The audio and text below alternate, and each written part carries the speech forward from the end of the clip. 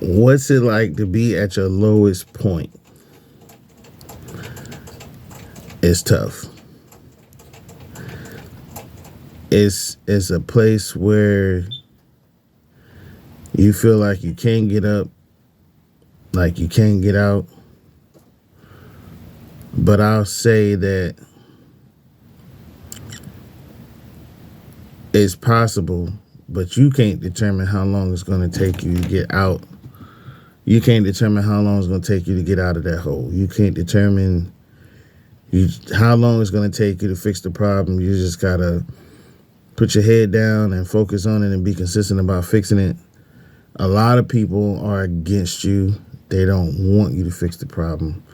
They just want to torment you. They want to hurt you. They have their own thing going on, and you can't help everybody. You can't help everybody. There's people out here that's really going through some stuff within themselves, and they don't know what to do in their heads. They don't know what to do. Only thing you can do is worry about yourself. That's all you could do is worry about yourself. You can't put a time limit on this, getting out of this foolishness.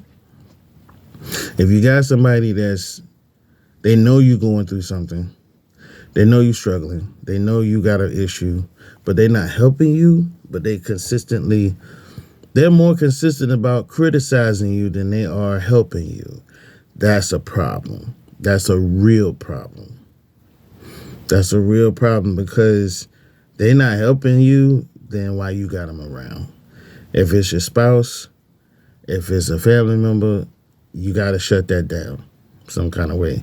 If they're not helping you, it's like I used to tell somebody, I said, look, as long as I'm in this hole, if you're not going to reach down and help me out, don't throw dirt on top of me while I'm in here. Don't throw dirt on top of me.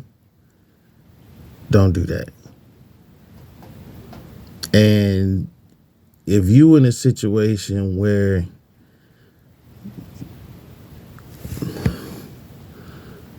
you're away from home and you don't got nobody, you just going to have to do what you got to do. I mean, you can always depend on you.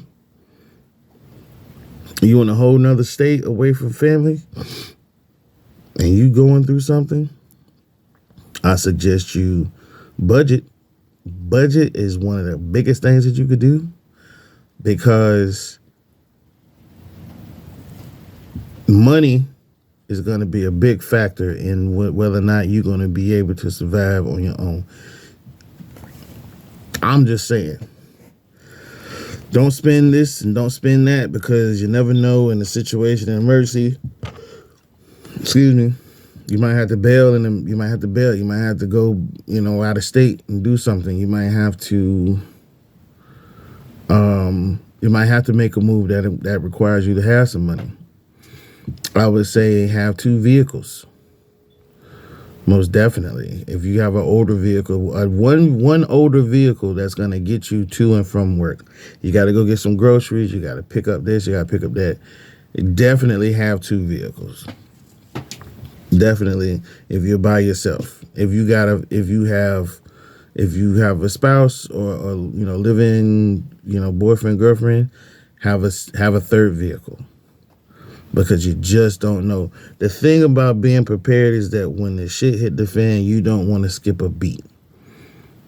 When the shit hit the fan, you don't want to skip a beat. You get in a car accident, you ain't got money to go buy a car right off the bat. Okay, you got a car.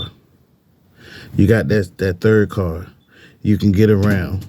You don't got to get no rental car just yet. You got extra money in the bank. Funeral out of town. The car need to be fixed. You got money. You're not spending money like you used to. You're saving on this, you're saving on that. And you just,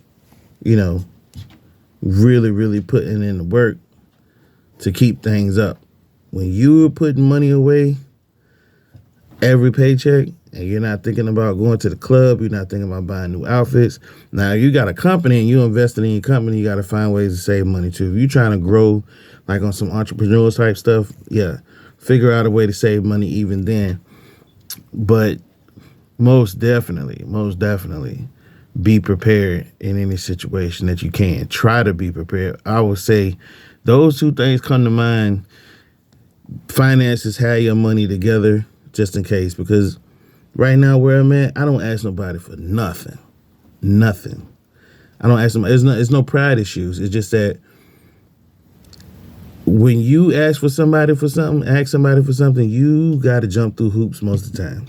When you already have your finances or your whatever situation, excuse that cat. That cat has lost her dang on mind. Please stop. She chasing her tail. But you have to be prepared, folks. When you're down at your lowest point, don't expect nobody to come pick you up.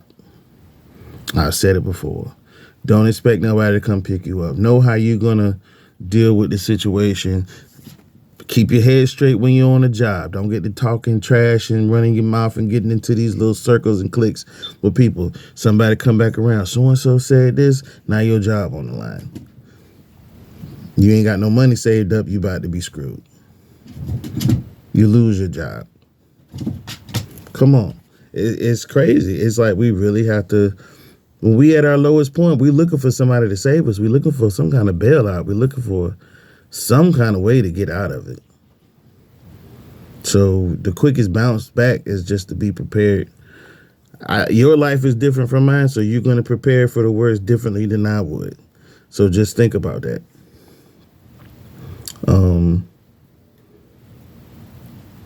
Yeah, because you don't have to be down for long. You don't have to be down for long. But yeah, I'm trying not to make these videos long. I always talk about that, but I'm trying not to make these videos long. And these distractions, oh my gosh. But folks, you're never going to be down too long. So just be prepared. Be ready so you don't have to get ready, as they say. All right. Okay, folks, I'm out. I see y'all tomorrow. Peace.